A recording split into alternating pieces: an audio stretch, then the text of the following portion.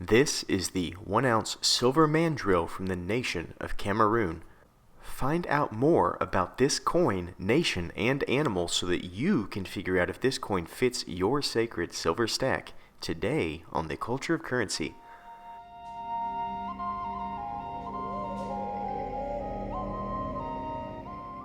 Welcome back one and all to the Culture of Currency. Reminder that we have a giveaway that should be concluding as soon as we hit 850 subscribers. Just watch that video and answer the question, and this vintage round from the North Star Mint can be yours. Now let's collectively turn our focus to the nation of Cameroon so we can dive into this coin.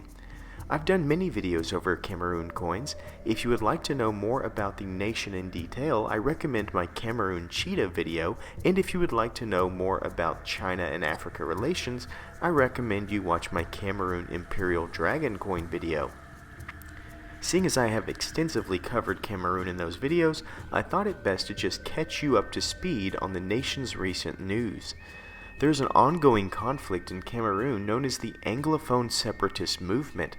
Some Cameroon natives currently are in the nation of Antigua and Barbuda, which gives us silver coins like this, and they are asylum seekers. There are many who are claiming asylum in Antigua and Barbuda in the state that Cameroon will jail or kill them if they are repatriated. These are citizens who ran from Cameroon during the wartime and have walked in exile ever since, being scared of being associated with state enemies. As food costs rise globally, nations like Cameroon tend to be destabilized first. With violent conflicts and large economic disparities, we could see Cameroon in a civil war in the coming years. Energy costs are rising at an alarming rate, which is leading to many issues. One issue that we need to discuss is deforestation, as this is a main concern for the animal on our coin. This is a mandrill. More specifically, this is an alpha male mandrill. This primate is dwindling in population in Cameroon due to loss of habitat and through the harvesting of bushmeat. This once densely populated species is dwindling and is now only found in strong numbers in the nation of Gabon. This is a remarkable animal known mostly for the coloration on the face and hind end, but also as Rafiki from The Lion King. The vivid reds on the face are due to blood vessels being close to the skin, whereas the blues are created by a densely populated amount of collagen in areas that absorb most of the light but happens to reflect the blue spectrum, thus making it look blue to our eyes. The same happens on the hind end. This amazing animal also has a quite remarkable teeth, giant, quite scary teeth in fact. I'm not sure what the practical use is, as these primates eat almost primarily nuts, bugs, and fruit.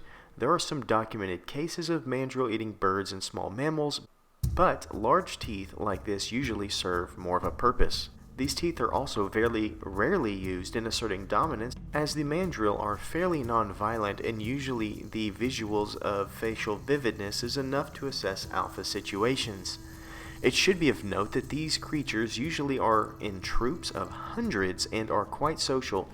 One should also note that these are dimorphic, meaning that the males and females look quite different. Females are much smaller and drab in color, but don't tell them I said that, as it may be taken as offensive. Males often are dimorphic as well amongst themselves because when a male ages, his features are actually muted until it is time for him to challenge to become the alpha. This is when the dramatic changes to the teeth, skull, hair, and skin start to engage. I guess it's kind of like 90s baseball players who were rookies and very skinny, then took PEDs or performance-enhancing drugs and looked like Mike Tyson when they retired. Either way, we have covered enough information I think for you to know about this coin so that we can grade it fairly. When we look at the obverse, we see one of the cooler coats of arms. A shield that reflects the flag and the shape of the nation can be seen, as well as scales that seem to be in balance. We see behind the shield two crossed bundles of sticks with a protruding axe head. Though one would seem to think this is a weapon of war, this, presented in this fashion, is actually a gift of peace, and that is your fun fact of the day. We see overall a very simple display, and one that we've seen on all of our Cameroon coins, so it scores a 7. Now let's take a look at the reverse. Here we have the reason I purchased this coin. New species or countries are hard for me to pass up. I did not have a mandrill and have always loved this animal, so I had to buy it. we see a micro and macro depiction. In the up-close portrait, this alpha male mandrill has a beautiful display of facial and hair features as well as teeth. I honestly think they did not do the teeth justice, as the incisors are a fraction of what we would actually be seeing in a mandrill. In fact, we would also not see them protrude over the top lip as they do here, and if they did, it would go a lot higher. The hair is also not correct, as these animals have a very springy straight hair on the crown of their head, not wavy. Maybe I'm just being a fuss, but these are things that I find as slight detractions. I also love, however, the background having a macro depiction of the mandrill gazing out into the valley. It is a beautiful scene and fairly accurate, as sometimes mandrill will leave the security of the forest to enjoy the pleasantries of grasses and adjacent meadows. I love the way the mandrill text is cast and think this side is well in balance, as it scores a 7. Mintage is our next area. This coin has a quite low mintage of 15,000 and can still be found today in places like apmex and the Scottsdale Mint website.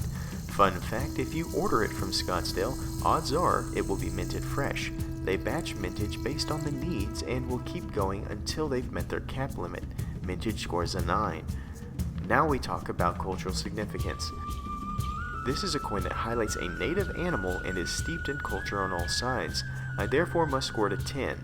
For collectability, we have an awesome animal in a series that changes year to year and a low mintage. The only thing that's missing is the overwhelming marketplace demand, therefore it scores an 8. Last area to grade is uniqueness. The mandrill is not often used in coins, and with a theme that changes every year, it is unique to the year. The obverse is the same every year, but we often are not buying coins based on the obverse. This therefore scores a 10 and brings us to our final thoughts and score. Crossing the line at 51, this coin just covers the elite status.